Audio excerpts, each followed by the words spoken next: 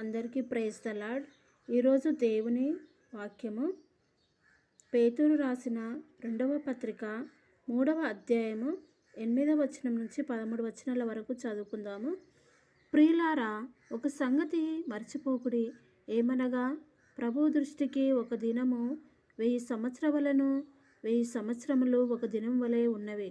కొందరు ఆలస్యమని ఎంచుకున్నట్లు ప్రభువు తన వాగ్దానమును గూర్చి ఆలస్యము చేయువాడు కాడు గాని, ఎవడును నశింపవలనని ఇచ్ఛయింపక అందరూ మారు మనసు పొందవలనని కోరుచు మీ ఎడల దీర్ఘశాంతము గలవాడై ఉన్నాడు.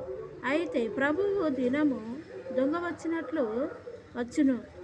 ఆ దినమున ఆకాశములు మహాధ్వనితో గతించిపోవును, పంచభూతములు మిక్కటమైన వేండ్రములతో లయమైపోవును, భూమియు దాని మీద ఉన్న కృత్యములను కాల్చిపోవును.